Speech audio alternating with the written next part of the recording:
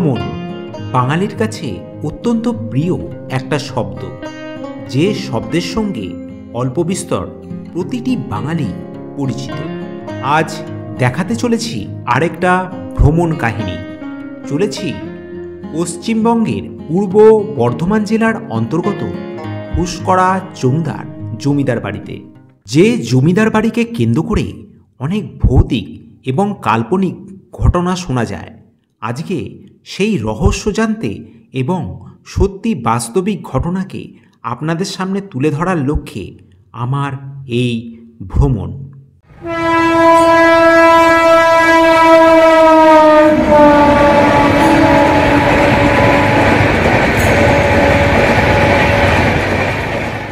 Bardhaman station থেকে মাত্র 34 kilometre দূরে অবস্থিত এই চৌংদার জমিদার বাড়ি।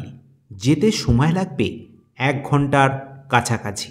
অন্যদিকে যারা হাওড়া দিয়ে আসবেন তারা ঘুষকরা স্টেশনে নেমে সেইখান থেকে খুব সহজেই আসতে পারেন এই চৌংদার জমিদার বাড়িতে একদিনের একটা ছোট্ট ট্যুরে। এটা ঘুষকরা রোড। আমরা এখন ঘুষকরা রোড ধরে যাচ্ছি চৌংদার রাজবাড়ির দিকে। আর সঙ্গে আছেন আমার স্যার। আজ আমার ভ্রমণের সঙ্গী হয়েছিল আমার স্যার পবিত্রা। মূল উদ্যোক্তা তিনি। চলেছি আমরা আঁকাবাঁকা পথ ধরে দুর্গাপুজোর দশমীর দিনে। মূলত এই দিনেই চৌংদার বাড়ি জমিদার এবং তার জমিদার গিন্নির উদ্দেশ্যে পিণ্ডদান করা হয়। সেই কারণেই আমরা এই দিনটাকেই বেছে নিয়েছিলাম এইখানে আসার জন্য। কি করে মারা গিয়েছিলেন জমিদার এবং জমিদার গিন্নি, কেনই বা এই দশমীর দিনে আজও তার পূর্বপুরুষ এই পিণ্ডদান করেন, জানাবো আজকে সেই রহস্য। বেশ কিছুক্ষণের মধ্যে পাকা রাস্তা ছেড়ে চলে এলাম একটা গলিপথে। চারিদিকে আধুনিক বাড়ি ও পাকা রাস্তার মাঝে আজও দাঁড়িয়ে আছে আজ থেকে 400 বছর আগে তৈরি হওয়া চৌংদার জমিদার বাড়ি। মূল প্রবেশদ্বারে দুই পাশে রয়েছে কলা গাছ, মাটির ঘট। বুঝলাম বাড়ির ভিতর কিছু একটা উৎসব চলছে। ঢুকতেই গলিপথের দুধারে প্রাচীন ইতিহাসের কিছু নিদর্শন দেখলাম। এখন যে অংশ দেখছেন সেটা হলো দুর্গাবাড়ির ভেনশাল বা রান্নাঘর। একসময় এই জমিদার বাড়িতে দুর্গাপুজোয় গোটা গ্রামের মানুষের পাত পড়ত। পুজোর দিনগুলোতে প্রতিদিন 50,000 লোকের দুর্গাপুজোর ভোগ রান্না হতো এখানে। একটু এগোতেই একধারে আছে ঢেকিশাল। চৌংদার বাড়ির এইটা হলো ঢেকিশাল।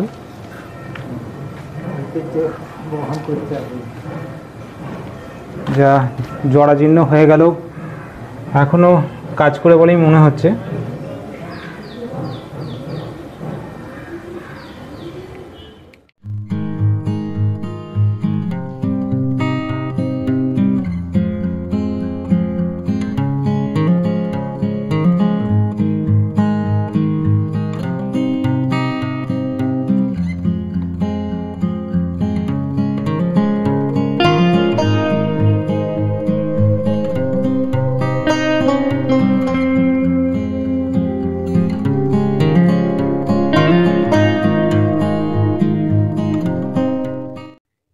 এখন যে অংশটা দেখছেন সেটাই মূলত ভেনশাল বা রান্নাঘর। এই যে ছোট গর্তগুলো দেখা যাচ্ছে এইগুলো ছিল উনুন। এই রকম মোট 52টা উনুন ছিল এখানে, যাতে করে দুর্গাপুজোয় 52 ভোগ রান্না করা হতো। আর ঠিক এই রান্নাঘরের মাঝেই ছিল একটা কুয়ো, যা এখন বন্ধ হয়ে গেছে। আর কথিত আছে এই জায়গাটাতে একটা বিশাল কুয়ো ছিল, যা এখন এরকম বন্ধ হয়ে গেছে। এই গাছগাছালি হয়ে গেছে। আর এই পাশেও আছে ভেনশালের শাড়ি, এগুলো এখন বন্ধ হয়ে রয়েছে। অনেক দূর দূরান্ত থেকে লোক এখানে আসেন এই জমিদার বাড়ি দেখেন এবং উপভোগ করেন। অনেক ইতিহাসের সাক্ষী বহন করে চলেছে এই জমিদার বাড়ি। এবার আমরা চলেছি মূল জমিদার বাড়ির অন্দর মহলে। জমিদার বাড়িতে চলে এসেছি, এটা তার মূল দ্বার। আমরা এখন প্রবেশ করতে চলেছি, যেখানে দুর্গা পুজো হচ্ছে। আজকে দশমী, আর আমরা এই দিনে হাজির হয়েছে চোংদার জমিদার বাড়িতে।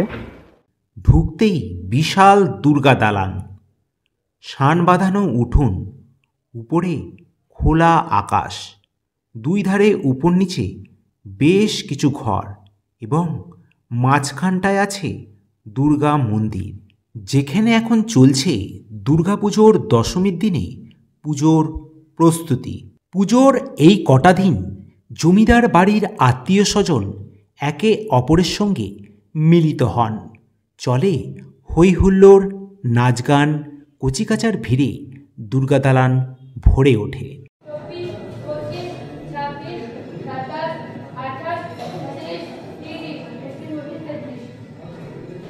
এই জমিদার বাড়িতে দুর্গাপুজো ছাড়া জগদ্ধাত্রী পুজো, কালী পুজো হয়ে থাকে। এই পুজোতে আলাপ হলো জমিদার বংশের তৃতীয় বংশধর তিলেপুরেশ্বর চোংদার এবং কুলপুরোহিতের বংশধরের সঙ্গে। তাদের মুখেও শোনা গেল এই বংশের পুরনো ইতিহাস, যা সত্যি লোমহর্ষক। তো অ্যাকচুয়ালি এই চোংদার জমিদার যিনি ছিলেন, তিনি রাজার সঙ্গে পরিচয়টা কীভাবে হয়েছে, মানে কীভাবে হয়, মানে এনারা কি ছিলেন আগে? রাজা তো চোংদার তো মানে ভালো কন্ট্রাক্টর ছিল। আচ্ছা আচ্ছা, রেলের কন্ট্রাক্ট। আচ্ছা আচ্ছা, রেল লাইন বসিয়ে দিত। ও হ্যাঁ হ্যাঁ। তো ডিএম একদিন বলল, চোংদার বংশের তৃতীয় বংশধর তিলেপুরেশ্বর চোংদারের কথা অনুযায়ী চোংদার পরিবার এসেছিলেন বাংলাদেশের চট্টগ্রাম থেকে। এখানে এসে বর্ধমানের রাজার সঙ্গে এক সুসম্পর্ক গড়ে ওঠে এই পরিবারের। চোংদার বংশের আদি পদবী ছিল চট্টোপাধ্যায়। বর্ধমানের রাজা উপাধি দিলে পরে পদবী হয় চোংদার। চোংদার জমিদার বংশের পূর্বপুরুষ হরিশ্চন্দ্র চোংদার ও গিরিশচন্দ্র চোংদার ছিলেন কন্ট্রাক্টর। যখন বর্ধমানে প্রথম রেললাইন তৈরি হয়, তখন ইস্ট ইন্ডিয়া কোম্পানি এই জমিদারকে রেললাইন বসানোর কাজের জন্য কন্ট্রাক্ট দিয়েছিলেন। কিন্তু এত বড় কাজের জন্য মূলধন জমিদারের ছিল না। তখন বর্ধমানের রাজা সেই মূলধন জমিদারকে দিয়েছিলেন এবং দেখতে দেখতে বছর ঘুরতেই জমিদার বিশাল সম্পত্তি করেছিলেন। শোনা যায় তখনকার দিনে এই জমিদার বংশের জমির পরিমাণ ছিল প্রায় 7.5 লক্ষ হেক্টর। আরও শোনা যায় বর্ধমানের রাজার অভিষেকের সময় 1001টি স্বর্ণমুদ্রা দিয়ে আশীর্বাদ করেছিলেন চোংদার বংশের পূর্বপুরুষ তারাপ্রসন্ন চোংদার।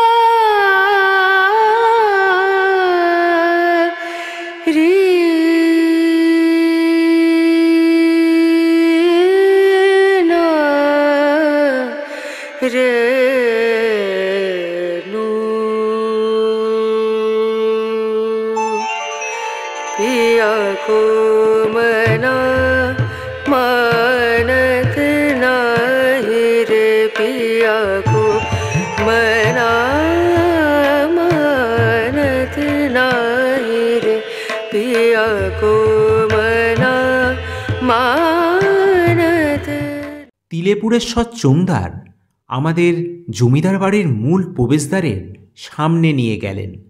সেইখানে একটা জায়গায় লেখা ছিল এই জমিদার বাড়ি কবে প্রতিষ্ঠিত হয়েছিল। এখন সবই ইতিহাস, যার সাক্ষী বহন করে চলেছে জরাজীর্ণ এই জমিদার বাড়ি।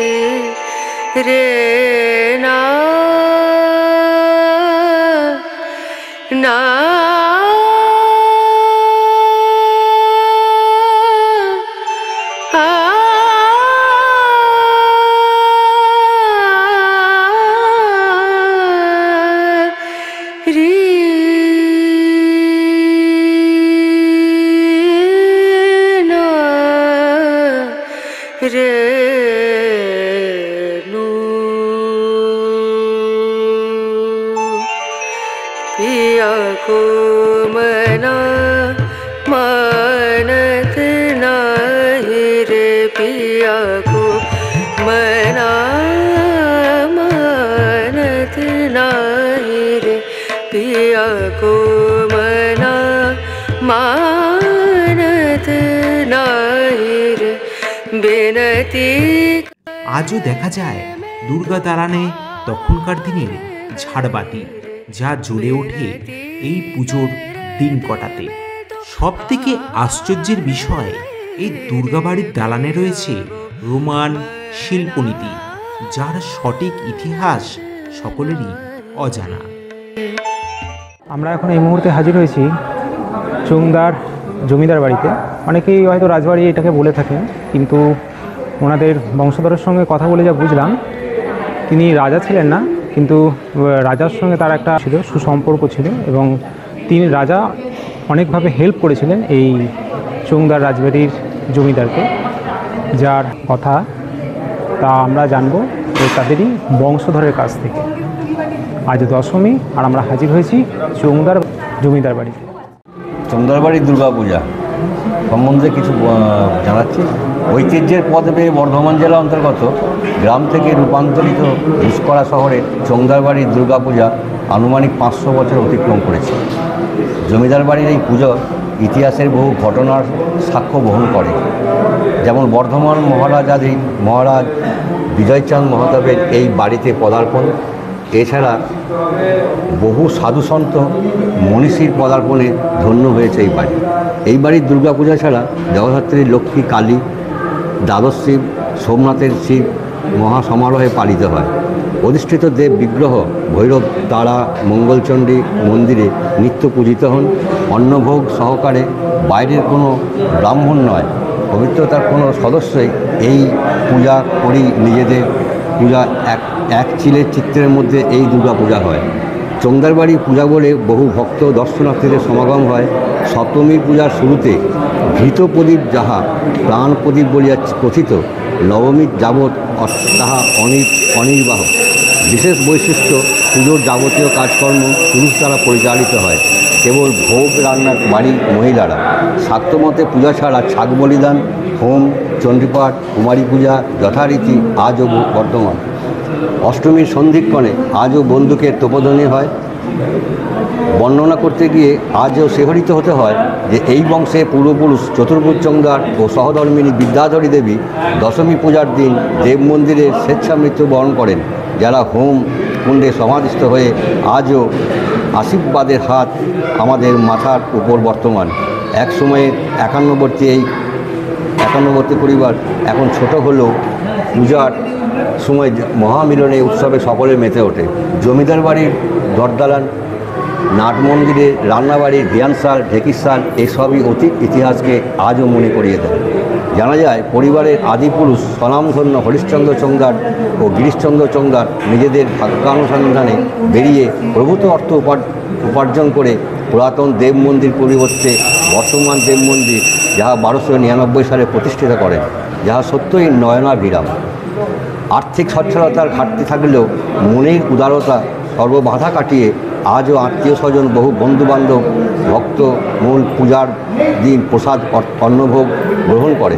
অতীতের একাদশীর ভোজ বলে কথিত অন্ন আজও এই এতদ অঞ্চলে গ্রামের ব্রাহ্মণ শূদ্র জাতি বর্ণ নির্বিশেষে সকলে ভক্তিভোজে অংশ নিতে। বলা হয় যে আড়ম্বরের আধিক্যে কমলেও ভক্তি শ্রদ্ধা চোখের জলে আজও মহাসমারোহে পূজিত হন অধিষ্ঠাত্রী দেব এবং দেবীরা। কালের নিয়মে একসময় দুর্গাপুজোর দশমীর আগের দিন চোংদার বংশের আরেক পুরুষ চতুর্ভুজ চোংদার এই দুর্গা দালানে অসুস্থ হয়ে মারা যান। তাকে দেখতে এসে তার স্ত্রী বিদ্যাধরী দেবী সেই শোক সামলাতে না পেরে ওইখানেই আধ ঘন্টার মধ্যে তিনিও মারা যান। এই ঘটনার পর থেকে প্রতি বছর দুর্গাপুজোর দশমীর দিনে পুজো শেষ হওয়ার আগে তাদের উদ্দেশ্যে শ্রাদ্ধ রীতি পালিত হয়। এইখানকার দুর্গাপুজোয় দশমীর দিনে বিসর্জনের মন্ত্রের জায়গায় আবাহন মন্ত্র উচ্চারিত হয়।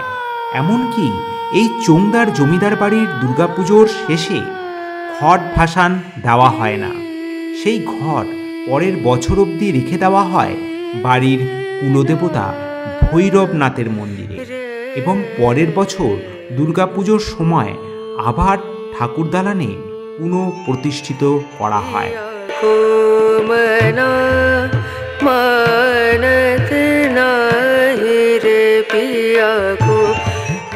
এইখানকার দুর্গাপুজোর রীতিনীতি যেমন সাধারণ দুর্গাপুজোর থেকে আলাদা, তেমনি এখানকার একচালা দুর্গা প্রতিমার মধ্যে এক ভিন্নতা দেখা যায়।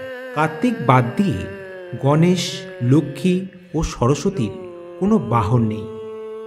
সিংহের মুখ, ঘোড়ার আকৃতি এবং সবথেকে বড় পার্থক্য লক্ষ্য করা যায় সরস্বতী প্রতিমায়। এইখানকার সরস্বতী প্রতিমা নীলাভ বর্ণের, যা দশ মহাবিদ্যা তারার আরেক রূপ। এই প্রতিমার মাথায় মুটুক থাকে না। এই দুর্গা দালানের পাশেই আছে মা কালী ও শিবের মন্দির।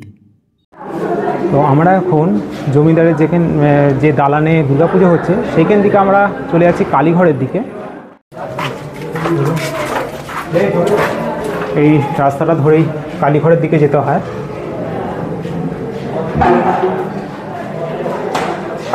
দেখতে পাচ্ছেন এখানে ওই একই রকম দালান রয়েছে। এই দালানটাকেই কালীঘর বলা হচ্ছে। এই জায়গাতেই কালী পুজো হয়, এই দালানেতেই।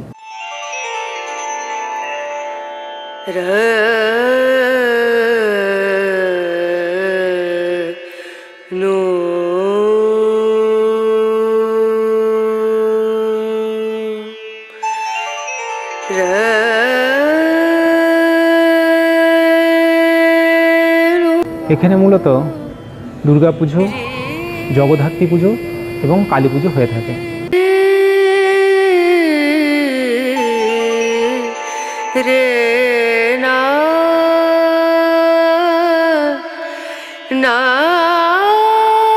গোটাটাই একটা পৌর বাড়ি, বহু বছর, প্রায় 400 বছরের আগেকার।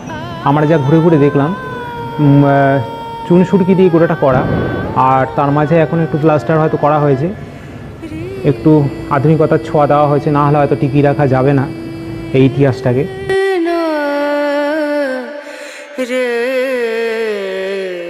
এখানে কালী মন্দিরের সঙ্গে 5-5টি শিবের মন্দির আছে, যা একই দিকে সারিবদ্ধভাবে রয়েছে।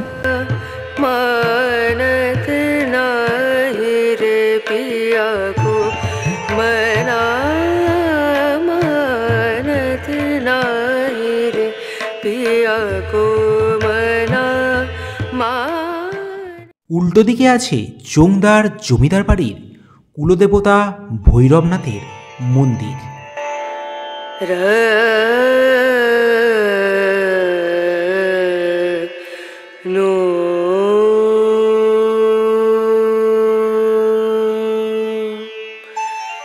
এই ছোট ভাইয়ের সঙ্গে আলাপ হলো। তোমাদের নামটা বলে দাও একবার। আর তোমার? বাহ, ভেরি গুড। কোন ক্লাসে পড়ো? বাহ, তুমি 4, তুমি 6। বাহ, ভেরি গুড। ঠিক আছে, আসছি ভাই। যদি ভিডিওটি ভালো লেগে থাকে তবে চ্যানেলটিকে সাবস্ক্রাইব করবেন এবং পাশে থাকা বেল বোতামটি টিপে অল করে দেবেন, যাতে করে এই চ্যানেলে নতুন কোনো ভিডিও এলে ইনস্ট্যান্ট নোটিফিকেশন চলে যেতে পারে আপনার কাছে। দেখা হচ্ছে আরেকটা নতুন সফরে।